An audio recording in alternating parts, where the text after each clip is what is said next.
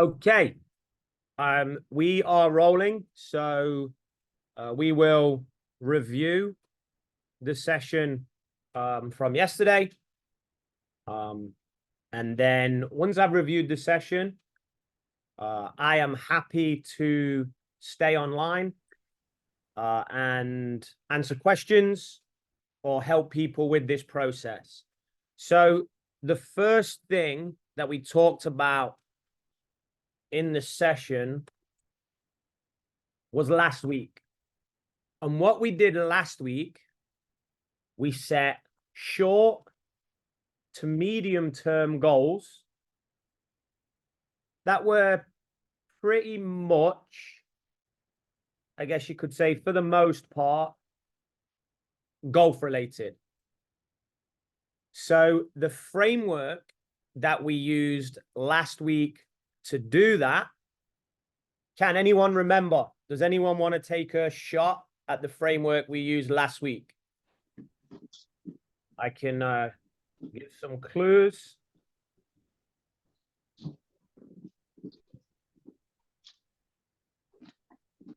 Hazel, I see you smiling there. I know you know.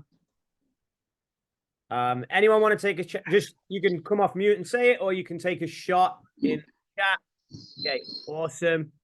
Process, outcome, good. And there was one more. So last week we talked about declaring an outcome. Let's see if anyone, well done, performance. Excellent.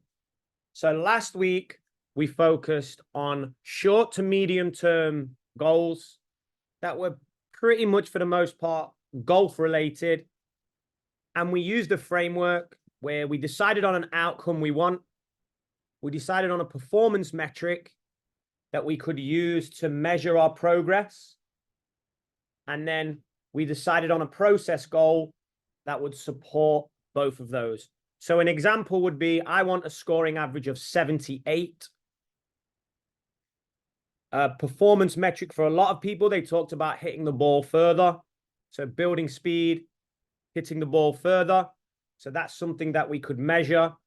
And then a process for that was maybe effective practice that incorporated speed training, as well as some games and challenges where you would have to use that speed in an appropriate golf-like and game-like fashion.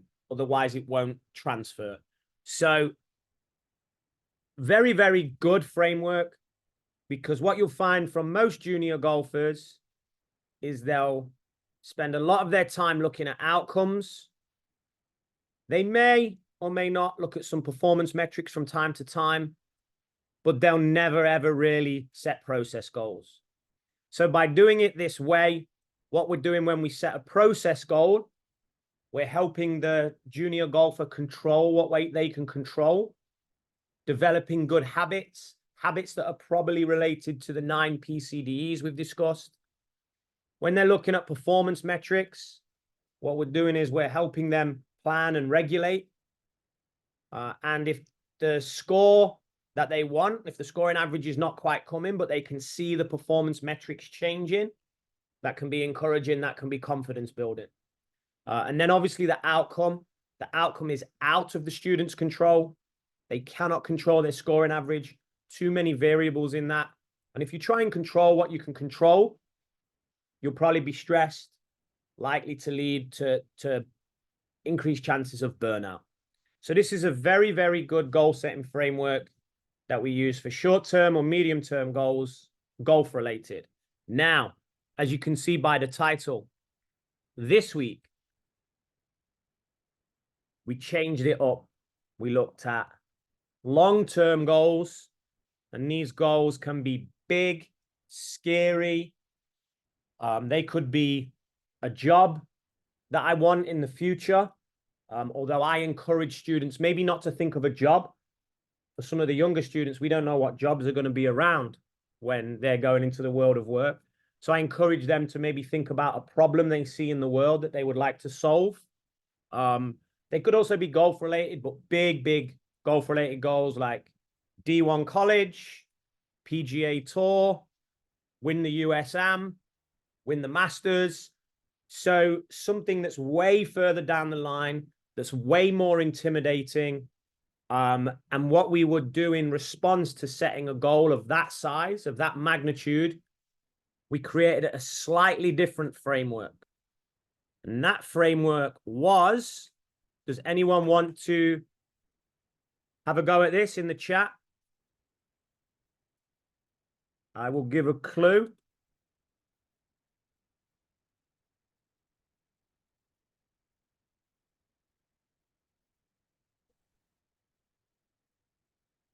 Good, let's see. Yes, well done. What, how, why? So ultimately, not too dissimilar to the above, the what goal creates the outcome. The how goal creates the process. And this time we've added an additional ingredient. This was missing from the shorter to medium term golf related goals. We didn't cover this last week. But for these bigger goals, for these goals that can be very scary, there needs to be a component of motivation. So, very simply, we can look at it like this. The what goal provides you the outcome. The how goal provides you your controllable steps, your processes. And the why goal provides you your motivation. And then we had a discussion on different types of motivation. But before I go into the discussion on different types of motivation, I'm going to stop my screen share, start it again. But rather than use the whiteboard, which I'll close down. Okay. Let me see.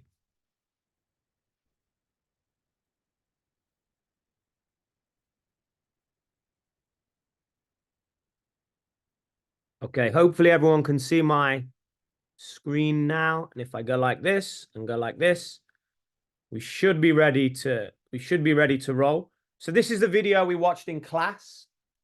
The reason I show this is an excellent example of going through this process of what, how, why, and really understanding your motivation, really understanding why you do what you do. And not just having external motivation, like financial gain, recognition, accolades, but having internal motivation. Internal motivation burns very, very, very bright. And internal motivation is more personal to you. It would be like the love of the game. It would be passion. It would be personal growth, personal development.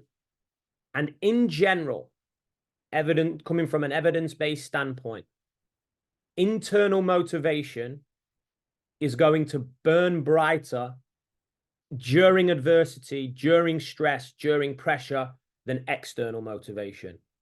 So here we can see the story of a 7-year-old boy. He decided what he wanted to achieve. He decided how he was going to achieve it. And then he knew and tapped into the internal motivators that helped him deal with adversity on this journey. So we'll listen to the Inky Johnson story, and then we will relate it back to this second framework that if students want to set big, big, big outcome goals for the future, using this second framework, adding the facet of motivation, understanding internal motivation is going to be very, very, very powerful for them on the journey to achieving those goals. Mr. Inky Johnson. Put your hands together, guys.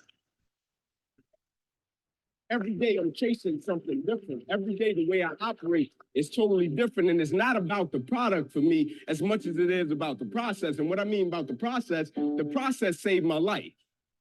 You see, my mother had me when she was 15 years old, right? Over on the east side of Atlanta, we came up in this neighborhood by the name of Kirkwood, drug dealer on every corner, gang members in the neighborhood, 2-bedroom home, 14 people, used to sleep on the floor.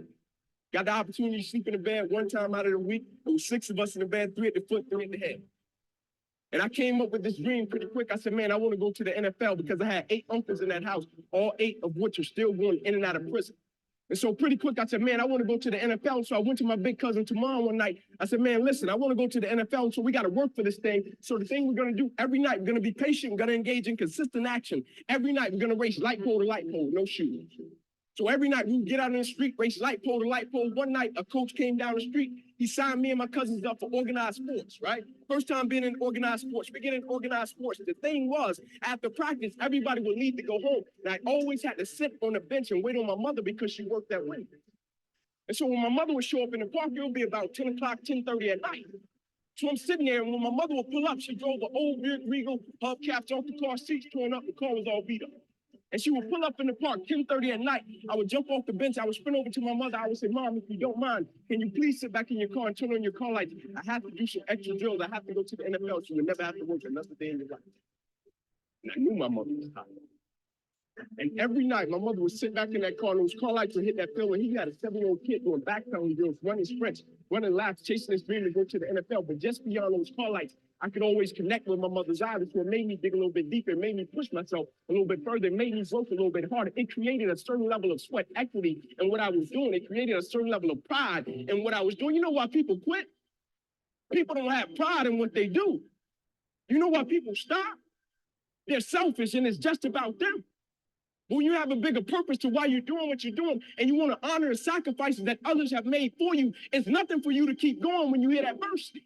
If every decision and choice you make is just about you, at a certain point, you're going to hit something that's a lot tougher than you. That's going to make you quit because you don't have a driving force for why you do what you do. But when I got up to the University of Tennessee, it was simple. It was simple for me to give everything I had. My freshman year, I played special teams. My sophomore season, I broke the starting lineup, had a really strong sophomore season. The summer heading into my junior year, I still remember the day where I was sitting in our film room. I was watching film on the California Bears. My defensive backs coach, Larry Slade, came in the room. He said, Inky, I got some good news for you. I dropped the click. I said, what is it? He said, man, you're a projected top 30 draft pick, son. He said, all you have to do is play the next 10 football games. You're an automatic multimillionaire. I went out of the room. I called my mother and my grandmother on the three-way. I said, after this season, there will be no more struggle. I said, we would never miss another meal. I said, we would never experience another Christmas when we had to stand on the side of the curb and just be grateful. And I hung it up. First football game, I went out and played great, got an interception, shut Cal down. Second game, we played against Air Force, got late in the game, fourth quarter, guy dropped back, he threw the ball to a receiver coming out my sideline. Me and the guy, we went head on. As soon as I hit the guy, I felt as if every breath of my body left. Body went completely limp, fell to the ground, I blacked out. Never happened to me. When my eyes open, I'll never forget, my teammates ran over, they said, hey, get up, let's go. I said, I can't. I said, I can't move. He said, what do you mean you can't move? You're on lockdown corner, man, we need you, let's go. I said, I know, man, but this time I can't move. I flipped my head up to the sky, said, God. I said, surely nothing is happening in this moment that can alter my life. They got me over to the hospital. They took me back. They ran CAT scans. They brought me back into my room. And all in a 15-second time frame, the doctor came running in from the opposite side. He said, hey, get in there. We got to rush this guy back to emergency surgery. He's about to die. I said, what? He said, son, you have busted up the subclavian artery in your chest. You're bleeding internally. We have to rush you back, take the main vein out of your left leg, plug it into your chest in order to save your life. When I opened my eyes from recovery, the same doctor was over me. He said, son, has some good news and some bad news for you. I said, you got some bad news for me? I have to tell him I was about to die. I'm still alive. How bad can it get? I'm still here. He said, the good news is we saved your life. I said, thank you, sir. He said, the bad news is, Ink, you have nerve damage in your right shoulder. I said, okay, cool. He said, but son, it's a strong possibility that you probably can never play the game of football again in your life. I said, no way. I said, no disrespect to you, doc, but I've been working for this ever since I was 7 years old. I said, no disrespect to you, doc, but you wasn't in the park with me and my mother. When I was 7 years old and she was sitting in that Buick Regal, she got done working at Wendy's. No disrespect to you, doc, but you didn't come up in that 2-bedroom home, 14 people sleeping on the floor. No disrespect to you, doc, but you didn't miss those meals and stay focused and never made an excuse. I never cheated. I never cheated. Like my conscience still until this day won't let me, like I can't cheat. I can't look myself in the mirror and say, Ink, you did a good job knowing that I cheat. I can't cheat. One of the greatest pieces of advice that my mother gave me was this: son, whenever you start, you make sure you finish. And the problem with the world today, people get involved with things, and if they don't like a certain person, if they don't like the process, if it's not what they thought it was, they quit. And what they don't understand about quitting becomes a habit that doesn't just affect you. Later on in life, when you get a wife and you get some kids or you get a family, it's going to come back to hunt you, and it will one day affect them. That is why I tell you the process is more important than the product. It's not even about the outcome for me. It's about, can you take pride in what you do as an individual, and every night when you look in the mirror, knowing that you gave everything you had to it. And we have to get to the point where we're willing to impose our will on certain things. Impose your will on them. My life totally changed. And they gave me an opportunity to stop. And most people, when you give them an opportunity to stop while they're chasing something, they take advantage of it because they feel as if, man, why did this have to happen to me? I felt as if, why not me? This is the perfect opportunity to use this to be a blessing to somebody else. And you know what? It's not even about me to be truthful. It's not even about me. Now it's about repaying the people that invested in me and saw something in me when I couldn't see it in myself. At a certain point in life, it can't just be about you. And the moment that we understand that, and every day we wake up, we understand that life is a blessing and life is a gift. And if you were to check out today, how would you want to be remembered? It's bigger than you.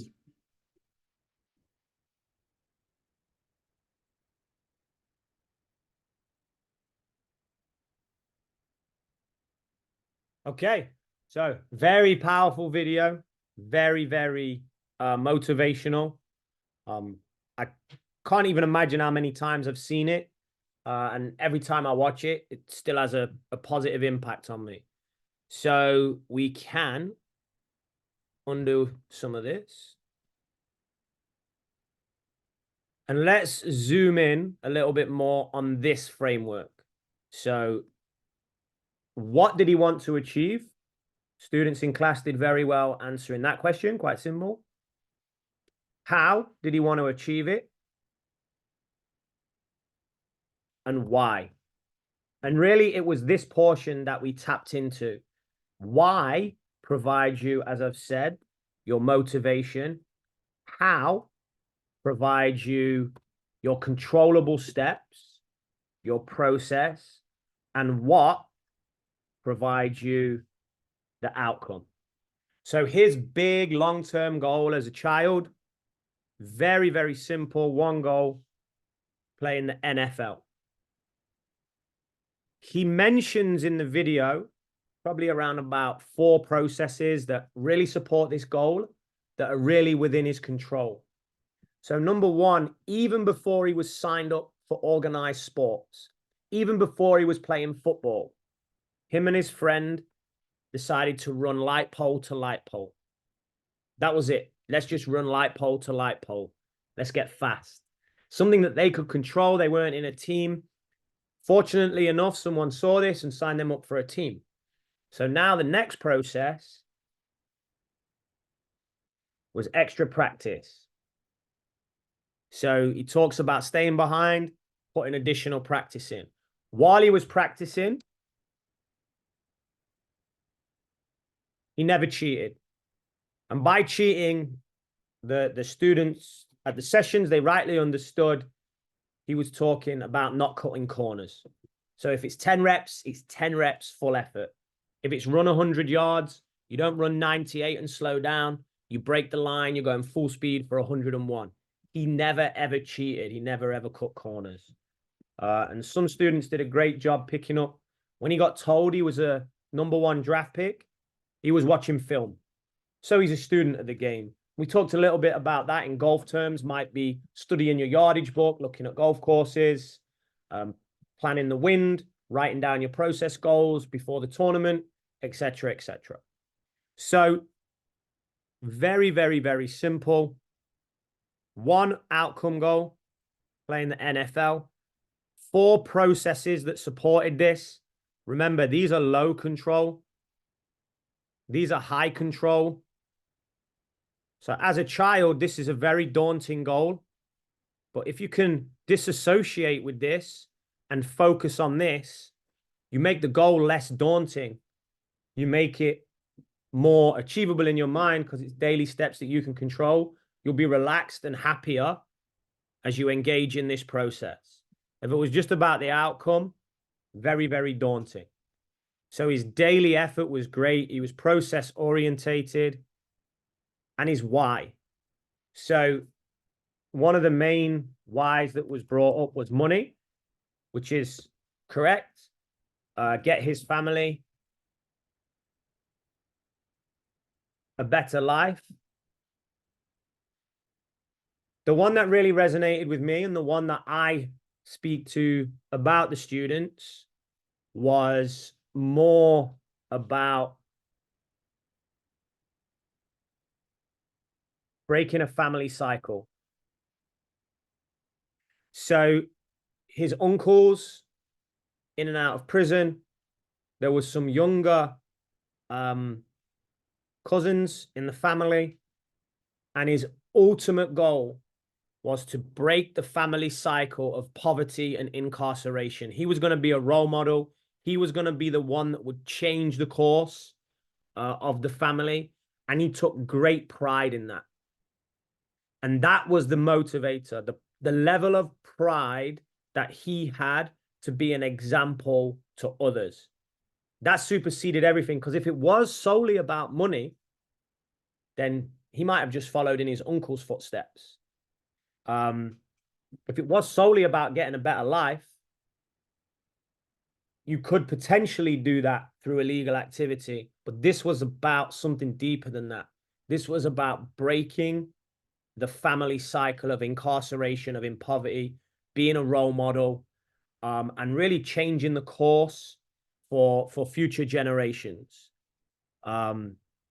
So that burns deep, deep, deep inside. And when you face adversity, if you have that level of what we called in class